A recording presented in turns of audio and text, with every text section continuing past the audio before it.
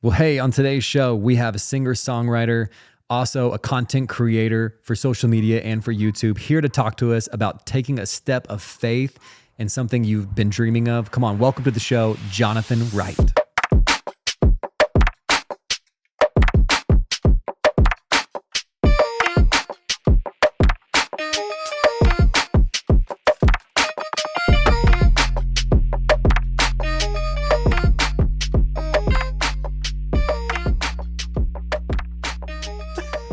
Awesome. Cool. Jonathan, we've finally done it. We've got a podcast together. I can't believe it. It's like a miracle that we made it happen. You know, every force in the world wanted this to not happen. Yeah. Sickness, the flu. I'm pretty sure that national events were fought over this specific podcast. Yep. Not happening. And agree. Here we are. Look at that. I'm trying to think of how many times we put it on the calendar, and then one of us would text like the day before and be like, I'm sick, or I realized I have a different meeting, or oh no, I have a scheduling problem. Well, and it was just unbelievable. It was alternating. I think that they actually literally scheduled an election just so that it could kind of mess up us trying to meet together, dude. Yeah. So, dude, now that the government has no other way to get through to us, we can finally have this podcast. Yeah. We're going to get a call and they're like, we're actually putting a tariff on podcasts, and we're going to have to stop it and pay something. Yeah. Dude. But no, I'm glad to be here, dude. It's good to see you. Yeah. We talk all the time, but it's good to see you. Yeah. It's great to see you, dude. Like it's been a while since we've like done this. This is, I feel like, I love it too. This is like, we have that friendship now where it's like 50%, like we'll text and catch up and see how our families are doing. But it's like also 50% just memes. And, and that is a love language, and I appreciate it, you know? It's nice to have those friends that you can just send a meme to of it doesn't even have to make complete sense, but you're like, I know they'll get it. Yeah. You know, they'll get something out of this that I did too. Well, it's good to have a friend whose humor is as broken as yours is. If I called my wife, if I told my wife, like, what's up, shirt brother? Like, she would have no idea and would not get what the humor there. But if I called you shirt brother, and if anybody in this podcast listens to I Think You Should Leave, they would 100% get it. And that's the beauty in this. I looked at my wife the day that the shirt brother guy passed away, sadly, last week or something like that. Yeah. And when he passed away, I'm in the other room and I gasp. And I'm like, Kristen, the shirt brother guy died. And she's like, what? Yeah. Just had no clue what I was talking about. You know what's, it's super sad. What's funny is like, I got that text from you and from multiple people. Like it was like, Alec has to know this. Like it was a family member, you know? I was like, did you hear about Pop Pop? It was I got the text and I literally, like, in my mind, I processed like me telling my wife about this. And I was like, yes, she will not know who I am talking about, nor would she potentially care, you know? I think that's the best kind of marriage dynamic, though, because it's like Kristen, she's got a very quick wit. She loves to roast me. Nice. And so it comes out of it's like lightning fast, and I don't even know what happens to me. Yeah. But my humor is, like you said, very broken. So if I tell her something and I think it's hilarious, I can just sit there and watch her almost studying me. And she's a counselor. And so part of me is like, is she just like, what's wrong with this person? Like, what do I do with him? Yeah. You know, there's going to be a joke soon that you'll say that she's just going to respond with like, who hurt you? Who hurt you? And at what point did they hurt you so bad that this is who you are? There was a moment where we're sitting on the couch and I don't even know what happened, but she starts asking me questions. And at a certain point, I was like, hey, these feel like screening questions. And she was like, oh, they are. And you have 11 of 12 ADHD symptoms now. And I was like, oh, you just kind of diagnosed me? What was this? She's like reading off a website like, hey, babe, do you often get mildly distracted during conversations? Yeah, I guess so. It's like, okay, check it. Yeah. Dude, I was just like, why do you have a clipboard? You know? But I will say this. I'm appreciative of you too, because our humor, I love it. I don't feel like it extends far. I like we visited Georgia like the end of last year. I sat my dad down and we watched I Think You Should Leave, and there wasn't as many laughs as I was hoping for. It's It's a tough. unique experience. Have you had the experience with that show? That feels like pretty close to one I have. I have a friend named David that I amped up the show so much. I was like, bro, you have to watch I Think You Should Leave. You have to watch it. He texted me the next day and was like, that might be the worst show I've ever seen. Doesn't that break your heart? I was like, can we even, I don't even know how to process what just happened to me. You know, I'm embarrassed, humiliated. I'm also angry now. That you even, Dude, I don't talk to David anymore. It's hard to explain. It's like that show, and there's some others where like if you run the danger of hyping it up too much, and it's not normal. So it's like you have to just be like, say, hey, this might be a weird show. Just watch it, see what happens. I felt that way with the show How To.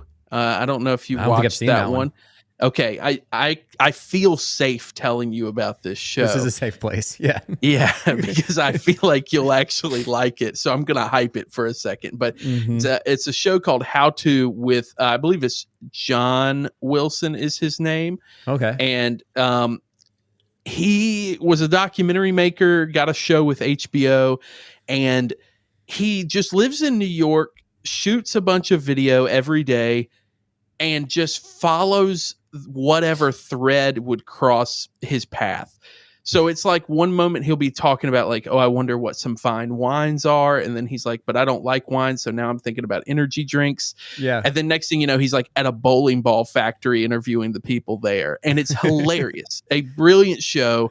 Okay. It got canceled after like 3 or 4 seasons, but it's wonderful. You should watch it. It's great. Okay, I feel like I would like that. It for whatever reason, it just vaguely reminded me of, and maybe I'm off here, but it vaguely reminded me of this old show that I used to watch called An Idiot Abroad. Have you ever seen that?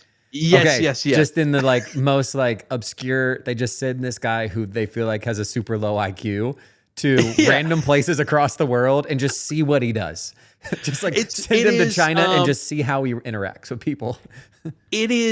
It's definitely in that same vein. Yeah. Like, I mean, I used the energy drink one because it was so chaotic. Like, he went from How to Taste Wine to like bowling balls that have built-in scent. Like, they're like, this bowling ball smells like orange. And then next thing you know, he's at the CEO of Bang Energy Drink's house just on a whim.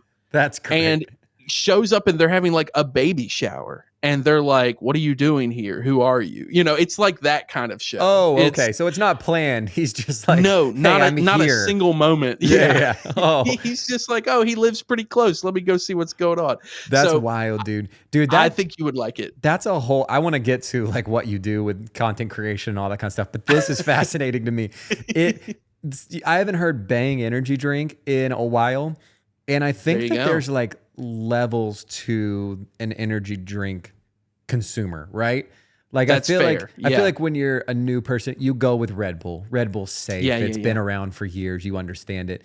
And then like depending upon the path you take, you either go to like Celsius or like Alani Nu like I have here, or you take this variant where you go into like the NOS energy drinks that had like the screw cap on top because you need to save that junk for later. Yeah. You know? Or you end up getting like a big truck and going White Monster energy drink. You know, dude. It's like varying levels of energy drink that can love happen. the memes that go along with that because I get it. There's some days I was on another podcast recently where I was telling the guy, he was like, how's your day been? I was like, dude, to be honest with you, I've been listening to Creed a lot today. And I don't know why, but it's like a White Monster and some Creed. I get that. That's especially as a dad now, like maybe you feel that sometimes. Maybe I should branch out into it. You know, here's something interesting. I had never really had any energy drinks until maybe last year. I had Red Bull for the first time last year. My friend David, who hates I Think You Should Leave, he was like, you should try this Red Bull. Yeah. I tried a little bit, hated it. I was like, I'm not a fan. Yeah. Well, then my younger brother shows up one day, like maybe, I don't know, 2 or 3 months ago. And he's like, have you tried the Ghost Energy Welch's energy drink? Yeah, he's gone too far. When you're getting into cotton candy flavors and stuff like that. He's like Sour Patch Kids and stuff. And so he let me try that. And he was like, doesn't it taste just like grape juice? And I was like, no, it doesn't taste No, as a matter of fact, you're lying to yourself. Dude, I love that. I love that in both of our scenarios, like Red Bull is the gateway drug. You know, it leads you down a path.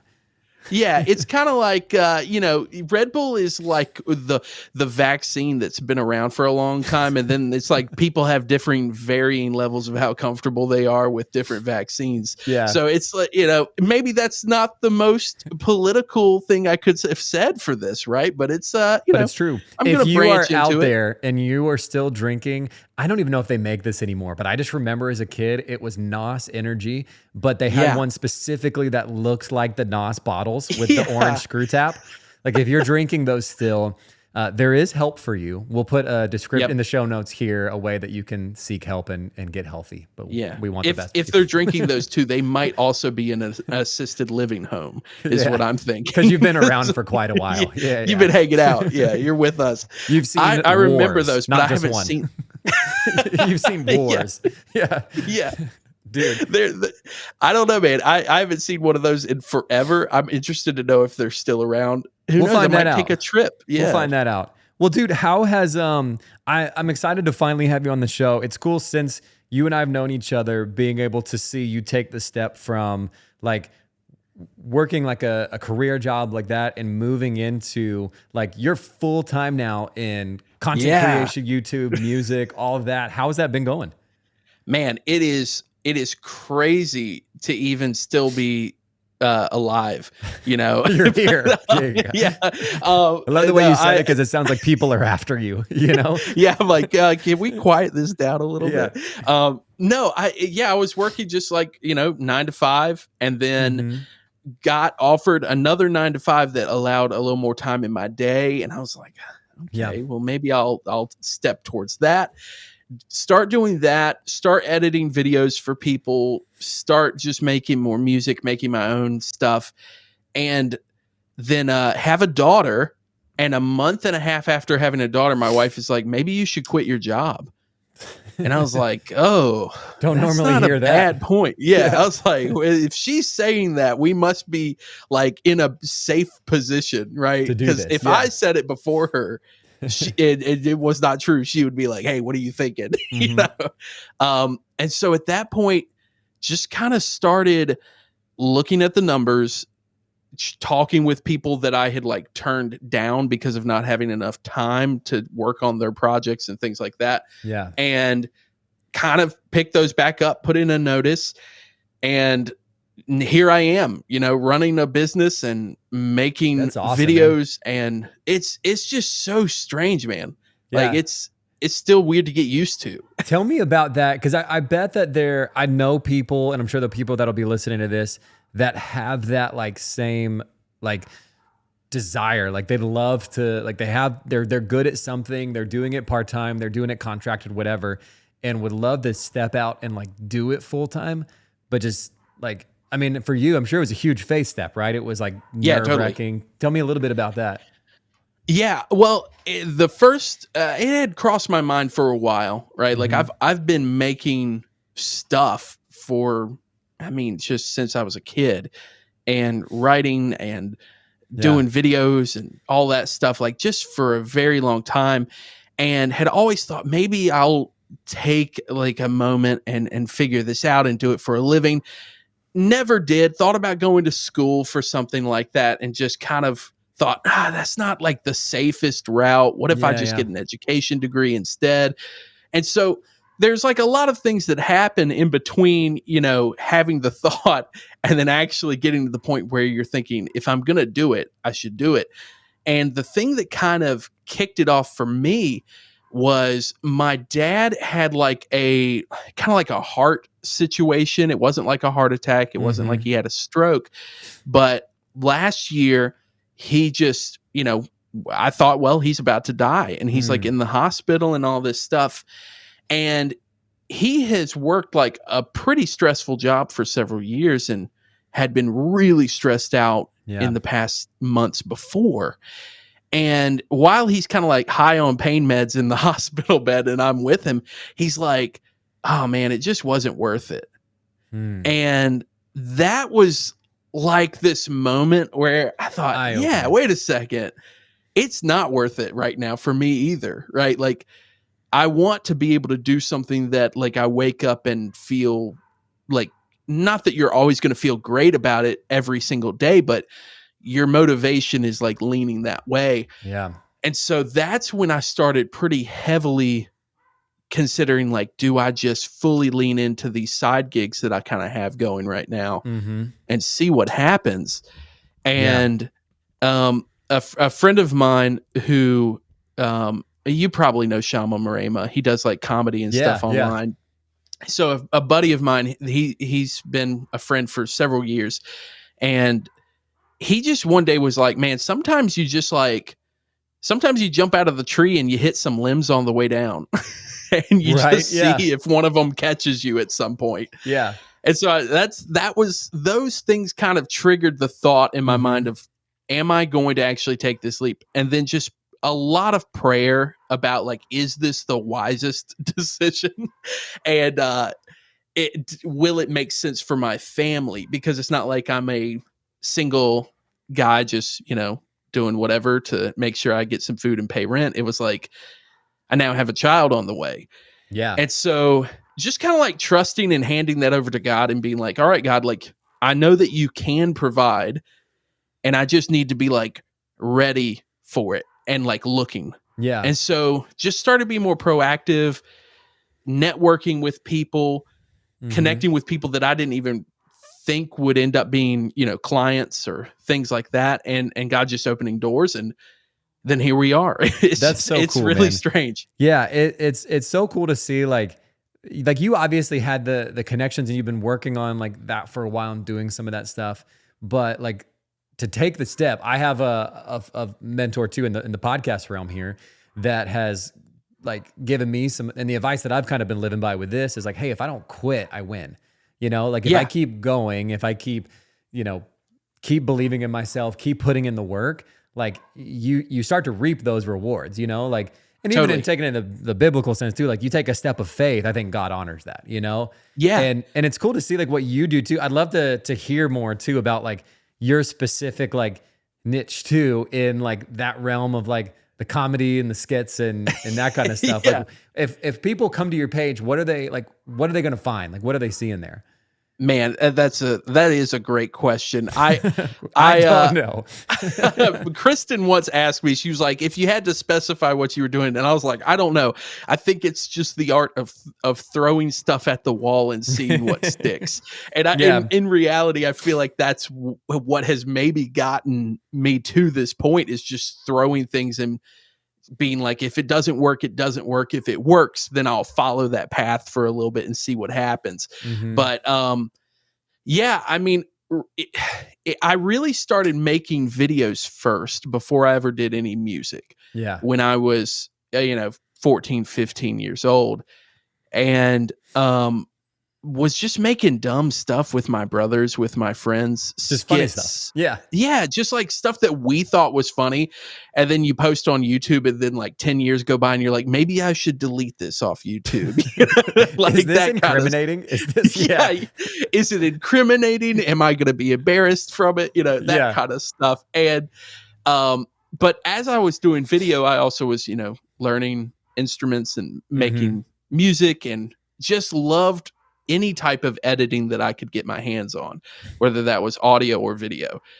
And so then it just became like, I'm just gonna have fun and edit everything that I can and see what happens. So when people, I guess, come to my page, they're like, is this guy making videos or is he a musician? And it's like a little bit of both. Yeah, we'll see. I can't tell if I'm a YouTuber who makes music or a musician who makes YouTube. Well, dude, I honestly, I love that. I was, there's a musician who's been on my show way back. I think one of the first episodes. His name's Eric Hughes. Great dude. He worked. I actually think you might know him because he worked with us like back when. Yes. At the company that we both worked at. But yeah. So he's a musician, and I think even in that conversation we were talking about like, you know, you're not pigeonholed anymore, like in this day and age, to like you have to do one specific thing in one specific genre. Like you can. Like people love to follow the artist and the creator as opposed to like, oh, it's just this one particular sound that I'm looking for, you know? Yep. Totally. And that's what I love about you. Like your music, I love that. It's great. Like I love like your videos. I think that if I had to describe, which maybe I'm wrong, please tell do me, it. Is like, it is, some of it's in, I guess a majority of it's in like the like Christian like comedy realm, but it's totally funny, but you're just pointing out things that are like, just kind of obvious that I feel like we're skirting around, or that like you're just exploring stuff. It's like, hey, this is new. Let's like the AI video that you did. Like, dude, that one super was interesting. I still can't believe that one did as much as it did. Like that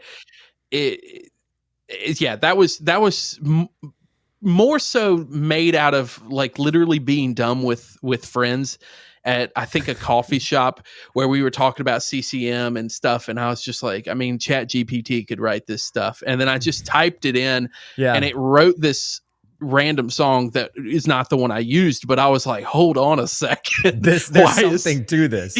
Why is this working? And at that point, then I thought, how fun would it be to just do a slow burn where I actually release a fake live song and just see if the hype feel of it and, you know, all of that, if I can get this thing playlist, if it'll pass CCLI, like all of that.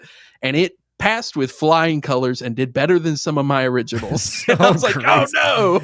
Dude, yeah, it's two of my I love that one. Two of my favorites, and you feel free, whichever one you love to talk about, is the one where you forced yourself to listen to K-Love for a week straight.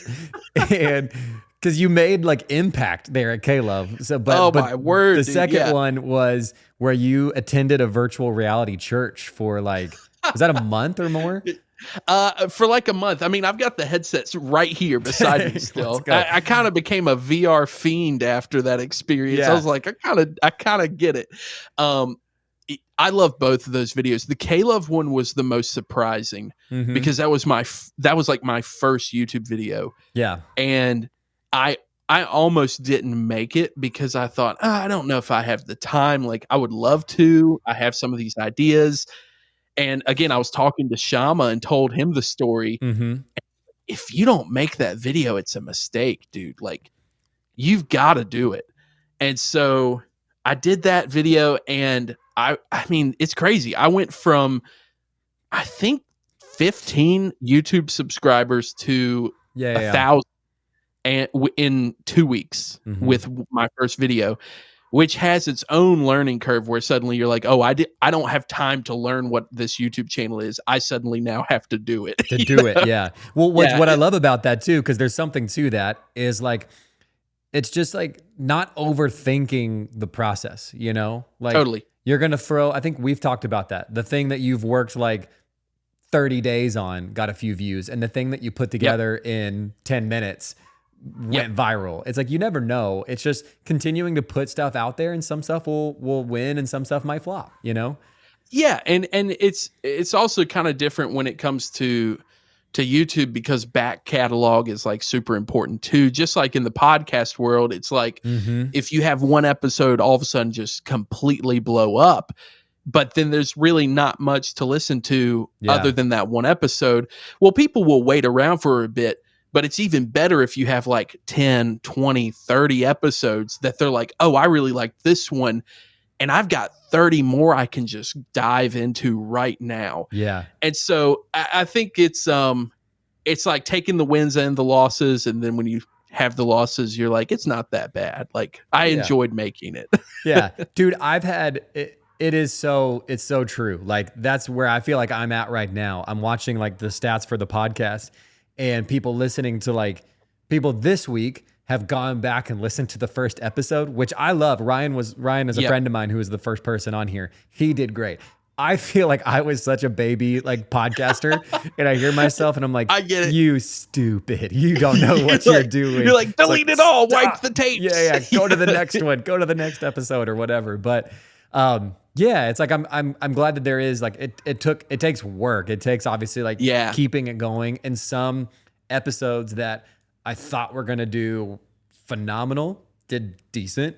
And some that I thought were gonna be decent, like were wildly listened to, you know? Yeah. You just never know. I mean, that is totally the YouTube experience too. It's also like the music album experience where you're like, this is the song, this is the single, or you're like, this is the video, this is the one that's going to blow up. And you get like a little bit of traction and you're like, what happened? Why wasn't everyone on the same page as me? You know? Right. This is good, right? Then you start overthinking it, right? But I mean, that's like, I had a video where I thought, okay, I'm going to venture a little bit outside of like the Christian realm of comedy and just kind of still in the vein of commentary, where me and some friends, we've always done a Survivor draft, and it gets like ridiculous and very stupid. I mean, I shot for an entire season of Survivor that video, which is 14 weeks of filming. I shoot that video and I'm like, this is it. Yeah. You know, it's 45 minutes long. It is a massive video. I was like, this is going to work. This is going to go brilliantly. And in the first day, I'm looking at it and I'm like, okay, it has 50 views. This is a problem. Actually. You know, it was, I think even right now it's sitting at maybe 3,000 views, and it's been almost a year. So it's like, oh, whoa, what happened? You know, who's to say? But you know, then I'll put up a video ranting about Bon Iver merch and it will get 5,000 views in a day. And you're like, what? But that is to come back to like your what one of the things I love about like following up with your like content is I love it personally when you do that, because I think you do that well, which is it's like it's a weird thing to say, like you're good at this, but like you're just good at pointing out the obvious. Like, guys, this t-shirt has the easiest clip art I could ever throw on there, and you're spending $80 on this. That is my most hated video. It's the click-through rate and the rate at which people watch that video is super high. Yeah. But it is a 50% dislike to like ratio. Because they love Bon Iver. Oh, dude, they were enraged. And I was like, I even said I liked him. Like, it's just this shirt was bad. Well, it's so funny because it's like, there's so much I could talk about this, and I want to get into like even what I think you do so well is pointing out stuff in like Christian culture is like that's a fashion culture right now for some reason is like totally shirts, and I feel like it's mostly like musical artists, and I'm not trying to generalize, but like stuff that please do, I'll be fine. Like, but even stuff where I'm like I don't even feel like it's, you know, I feel like it's like these people with high influence or whatever. Maybe not Kanye West anymore, but people in that genre, you know what I mean? That area. Yeah. Well, dude, his Super Bowl thing was wild, but like just something like that. His honestly was reasonably priced, you know, which is kind of the sad part. But like just a hoodie with one simple graphic of like, not even like a detailed graphic, just like an X or like a fish or something like that. $120.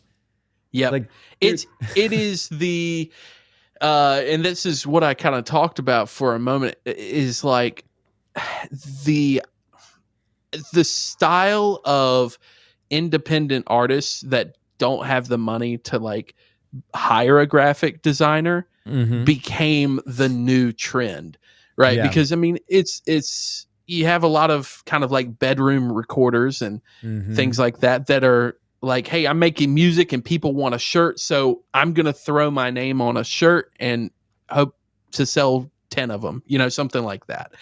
And they're not graphic designers, but they're just throwing it on there almost ironically. Well, then you have that happen and it becomes its own thing. And then suddenly you have Bon Iver, who is like in the top 100 artists on Spotify. And he's like, I'm going to slap a PNG of a salmon on this shirt. Do the and I'm exact going to same charge you $50 for it. And he probably hired a design team, all this stuff. To You're do like, that. no, dude. Yeah. Yeah. Like, Dude. no, you, what is this?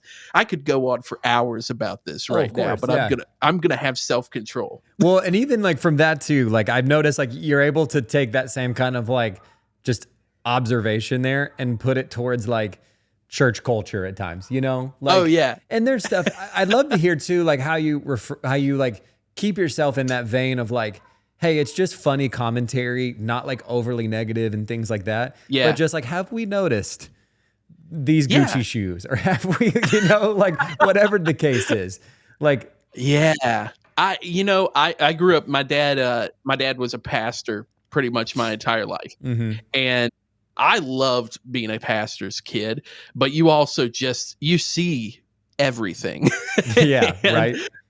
Thankfully I didn't see any horrors or anything like that, but you do see people act really crazy sometimes. And then I became a youth pastor, and then you see it even more. And I think a lot of it was like students would ask me about things that they were seeing online, or people saying things to them. Mm-hmm. And I'd be like, what are we talking about? Like, are you sure? Who said that? And they would send me links or whatever. Yeah. And I'm like, what is this? And you kind of immerse yourself and see so much of it that you start analyzing it in a way. But I've always been someone who loves church. Mm-hmm. I love being involved in ministry. And so I think that love for ministry is what keeps it from being like completely cynical when I'm, looking at the things being like, this is really stupid. It comes out of a place of genuine like hope for and like love for totally. like, the local churches all around the world. And I get that. Well, I think that one thing that stands out as like a recurring factor of like the issue, which is unfortunately something you use quite often in your role, is social media. You know what I mean? Yep. Like in some ways, we hear certain bits of a sermon or a church thing like way out of context. Yeah. And then some things are like a church or like a leader, an influencer, whoever is just trying to say the most outrageous thing that will get traction on a social media platform like that to get viewers and to get people. You know what I mean? So there's two veins of it for sure, but it all kind of comes back down to we just have access to everything now, Yeah, and I think that the social media thing has just made it to where churches, and I think you and I have even talked about this some, it's almost like churches will become a content house instead, where it's more so there's so much focus on creating more and more content and how can we get more views and more stuff on this content. And it starts to kind of like take over the priority when that same mentality leaks into like more of the local church size, because you'll have like a staff of 3 or 4 people and all 4 of them are trying to figure out how to make something blow up on social media, or how to get a video done, or how to get this out. And there hasn't been much ministry to happen, because of it. So I think it's definitely like a balance, because it is a good tool, but it can't like be, the priority. And I have to figure that out even in my own personal life, with it being my job now. Right. Yeah. And the unfortunate part, I feel like, and there's probably so much we could say about this, so we could have a whole nother episode on this, but it's just like understanding, like, I feel like a lot of these churches, organizations, or whatever may just have a lack of understanding of what they're actually like graced for, or like good at, like there's some churches, ministries, whatever out there that are phenomenal at social media, and it's their avenue of getting connected to people. And then there's some that just aren't, but for whatever reason, they feel the pressure to like need to do this. So they put so many eggs in this basket, and it's just, not working for you at the end of the day. Well, it's just a lot of pressure on ministry staff, because for like every piece of content you put out, there's 300 other churches around you that are also putting out maybe more content, and to a certain extent can become like a staff mentality and a congregant mentality, where the congregants can be like, oh, well, I wasn't into the sermon the pastor said this week, so I'll watch one of the 5,000 amazing 10 out of 10 sermons that got posted to YouTube just yesterday.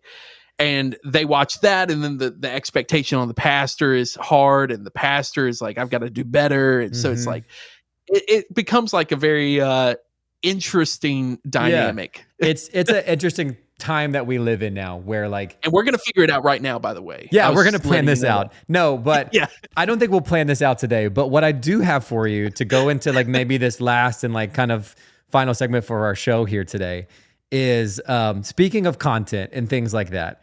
I have just was thinking like, man, I have some ideas to pitch to you for like skits that maybe it's you, maybe you're somebody like a Shama or whatever could do. Yeah. But maybe you have some too. So I'll tell you a couple of my ideas and see how they would work.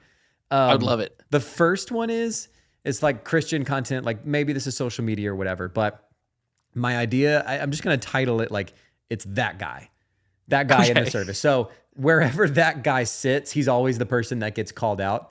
So like the pastor's in a really like important part of the message, and he's like, you're in this room today and you're struggling with a deep, like weird sin that you've been going over for the last 10 years. And it's super strange. Like your friends would all leave you because of it. Come on, this guy knows what I'm talking about right here. And then like, he's like, oh, that was super weird. But then he comes back the next Sunday and it's like somebody in here is going through a health issue. You have like leaky bowel syndrome and you just can't hold it back. You're so smelly that you're losing friends. Come on, that guy knows. And he sat in a completely different section, but it's still that guy. I feel like there's something there, maybe. I think that there is something there. I think you could almost go like almost hyper charismatic with it. You know how Uber Pentecostal, like tent church. Like we're talking like faith healing type situation where it's like there's somebody in this room that has a bowel situation. It's you, like, and it just keeps being the same guy. I think it's definitely something there for that. Yeah.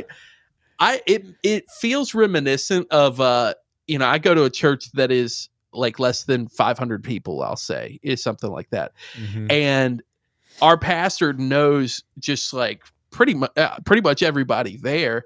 And so sometimes he'll just like by name be like, Jonathan, I was thinking about it the other day. That kind of thing. Just call you out and you're like, oh. Yeah, and you're just like, oh, am I like, is this participation? Do I have to say something? I went to a church one time where it's like, it's just funny because we were doing this thing. I was at Southeastern University. We went on this thing we called like a church tour for people who were in our like class. It was like 6 of us. We went down to Miami, visited a couple churches. And this one, it wasn't that small. It was probably a couple hundred people there. And which is a good sized church actually in America, a couple hundred people. Yeah, totally. And the pastor, she was like, hey, we have some visitors today from Southeastern University. And usually you're like, oh, that's nice. Thank you. Like we said that. Yeah, and she's like, go ahead and stand up.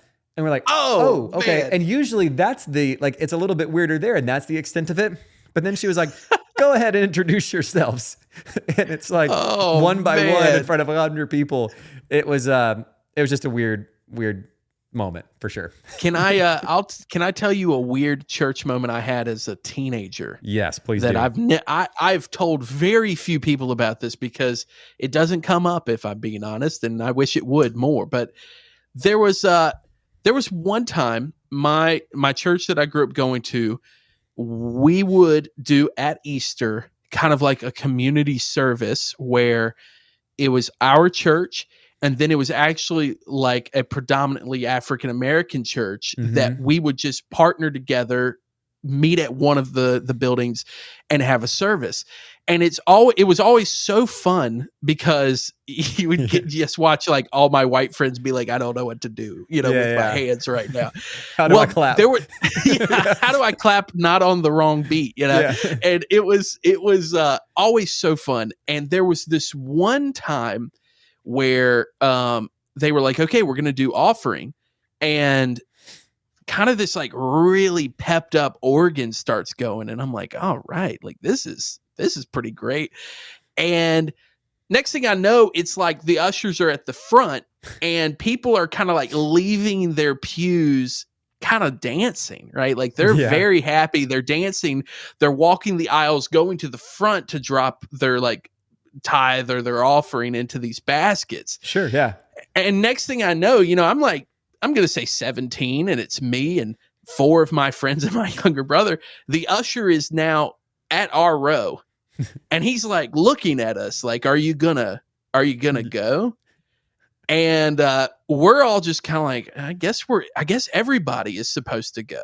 So we all kind of leave our row, and we're just kind of trying our best to like sway, and we're swaying to the music. We get to the front. None of us have money. So we are just looking at this usher. Dapping up the usher. It's like, Dude, we just look at him in the eyes and we're like, hey, like, what do we do? And it's this wild music playing. We end up just walking a circle around this sanctuary and sitting right back down in our row. And everybody's like, why did y'all go up? Like, you only go up if you have an offering. He wouldn't stop looking at me. Well, yeah, for the rest of the congregation, they see these 4 or 5 white teenagers stand up, kind of like dance, go to the front, look at the usher, not give anything, and sit back down. That is incredible. The room. So it was, maybe there's a skit there. I don't know. I haven't thought about it in a while. Dude, so I love it. I love it because it's like, I just picture you guys being like, that's better than money, sir. These are IOUs. That's it. Okay, so here's my second one. Hit me with it. I had to remember what the movie was called, but I just remembered it like right before we were talking about it. There was a horror movie called Happy Death Day. Do you remember this? Sounds really dark. Oh, but it was like, the girl came out a few years ago. Yeah, a few years ago. I think there's a sequel. She keeps waking up on the day that she dies, and it's almost like I gotta solve this. Like, there's a way for me to not die and to move on. Yes, Dark Groundhog Day. Yeah, it's the Dark Groundhog Day. Well, this one is the person is similar, but they just keep waking up on the Sunday that they are on the first steps of like their next steps, at a church service. Yes. So it's like every Sunday they're having to stay after for 2 hours. Are you new here? Try to find their spiritual gifts, eat some like colder like finger foods, and then but then they wake up the next day and it's that same Sunday and they have to get past. It's like, how do I get to step 2 every single Sunday? Oh man, I think if you even incorporate like a really over the top guest services person that literally is just the friend like ready to hit, I told our friend Josh Stakis about this idea, and that's exactly what he said. He's like, you have to include the overly eager greeter named Chet that just like wants to sit with you, wants to like talk to you like nonstop. Yeah, I'm glad to know I'm still on the same wavelength as Josh, too. Yes. I need to text him and be like, Comedy we're on gold. the same. Yeah, we're there. Yeah, that would make a huge thing, because if you just have the overly enthusiastic greeter just so happy that you're a guest or like your first steps are happening. Yeah. That kind of acts as that like cue of like, oh, we've seen this before and it's too much. Like, I can't keep doing this. Here's my third one. And it's a show. It's kind of like game show vibe, but almost like a reality. Like, there's a show, I can't remember if it's called What Would You Do, or what I'm talking about? It's been around for a while. Yeah. Like, where they kind of hidden camera and put people in these scenarios. Yes. So it's kind of like a What Would You Do? But it's at a church setting, right? So there's a bunch of hidden cameras around this church. The worship team is in on it, that they're going to start the service with Good Father, but never stop. So, and the show is, how long before everybody in the service just slowly trickles out of the Dude, service. I think that's hilarious. Yeah. What a fun idea. So it's like they just keep going, and it's the bridge, and it becomes like 45 minutes in. This family's like, we have lunch reservations, we gotta go, and so they trickle out. But then there's like the overly spiritual person that's like an hour and a half in, and they're even like, okay, is there another song? Or should I just leave? There's even like, that's got my wheels spinning right now, because I'm thinking, if there's almost like a study you could do of it, is like how used to repeats are congregations. Yes. And you just set up a worship night. Whoever and do it. Whoever wins, whoever stays long enough. That's the game show part of it, where it's like they don't know, obviously, but the winner gets blessed with a $10 gift card to the church coffee shop. Where lattes are $6. At first, I thought you were just going to leave it with they're blessed, and you just bless them real quick. You bless them with a gift card to the church coffee shop that doesn't quite cover the full cup of a coffee. Yeah, it's like the coffee is $4 and it's a $3 gift card, Exactly, and they're like, what do I do? It's more like it's a 10-hole punch with 2 holes already punched. You're blessed. Yeah, you got a little bit of extra wiggle room there. No, I like all three of those ideas. I think that the guest services like Groundhog Day one feels like it's just it feels like it's the one that's almost ready. You know what I mean? That one feels really good. Well, I just feel like it's day 2 or day 3 where you're sitting in that thing again. You're like, huh? Like, okay, I'm a greeter. That's my gift.